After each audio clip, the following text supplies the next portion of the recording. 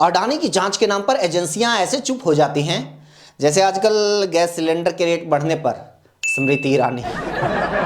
मोदी सरकार ने घरेलू रसोई गैस सिलेंडर के रेट में 50 रुपए और कॉमर्शियल के रेट में 350 रुपए की बढ़ोतरी कर दी है। लेकिन ये बुरी खबर नहीं है। बुरी खबर ये है कि ये बढ़े हुए रेट हिंदुओं को भी देने पड़ेंगे। हिंदुओं के त्योहार होली पर मोदी जी ने हिंदुओं को क्या शानदार तोहफा दिया है और अंधभक्तों को बताया जा रहा है कि आग सिर्फ अब्दुल के पिछवाड़े पर लगी है।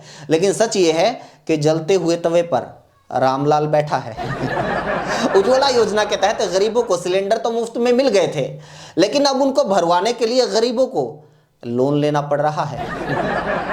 वैसे आपको वो टाइम याद है जब रसोई गैस के रेट में 5 रुपए की बढ़ोतरी पर भी लोग ऐसे चिल्लाते थे मानो सरकार ने सिलेंडर के बदले 400 रुपए नहीं, उनकी किडनी मांग ली है।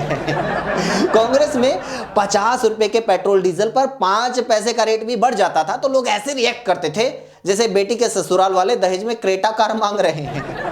और अब 100 रुपए का तेल भी ऐसे चुपचाप खरीद लेते हैं जिन्होंने पेट्रोल पंप वाला का छोरी ब्याह रखी है।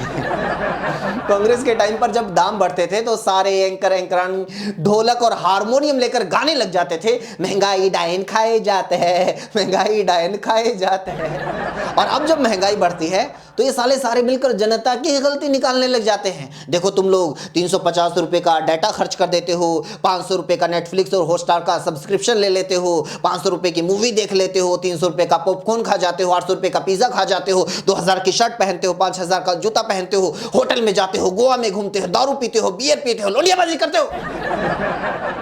ऐसे लोग भरे पड़े हैं हमारे देश में जिन्होंने सुधीर चौधरी से गालियां सुनने के लिए आज तक का सब्सक्रिप्शन ले रखा है। 2004 से 2014 के बीच में कांग्रेस सरकार ने एलपीजी पर 2,14,000 करोड़ रुपए की सब्सिडी दी थी, जबकि मोदी सरकार ने पिछले लगभग 9 साल में सिर्फ 36,500 करोड़ रुपए की सब्सिडी दी है। इसका रिजल्ट ये हुआ कि जो सिलेंडर 2014 में 350-400 रुपए में मिल जाता था वो अब 1100 से 1200 रुपए में मिलता है। लेकिन अब जनता के बोलने का तो मतलब ही नहीं है। गलती से अगर विपक्ष महंगाई के ऊपर कुछ बोल दे तो लोग उल्टा विपक्ष को ताने मारने लग जाते हैं। गरीब कहीं के। पिछली सरकार के टाइम लोग सरकार को ताने मारते रहते थे कि देखो चाइना ने कितनी तरक्की कर ली है, अमेरिका कितना पावरफुल हो गया, जापान कितना आगे बढ़ गया। और अब यही लोग हैं जो कहते हैं देखो अफगानिस्तान में तालिबान आ गया, यूक्रेन में रशिया आ गया, और चुप रहो नहीं तो भारत में मुगल आ जाएंगे।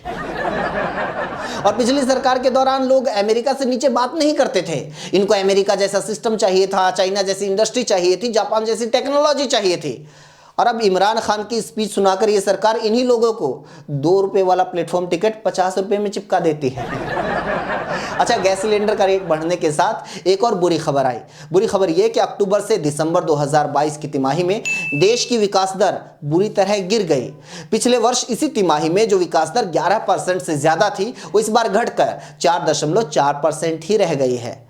लेकिन जिस दिन देश के लिए ये 2 बुरी खबर आई उसी दिन अडानी के लिए एक अच्छी खबर आई।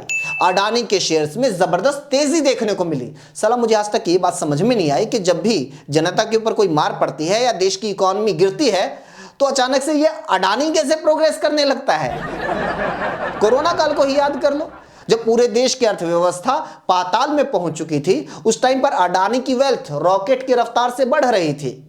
वैसे अडानी से याद आया, वो गुरुग्राम में गमले चुराने के आरोप में पुलिस ने एक आदमी को गिरफ्तार कर लिया है। यहाँ अडानी की वजह से LIC का पूरा बाग उजड़ गया, उसकी जांच तक नहीं हो रही।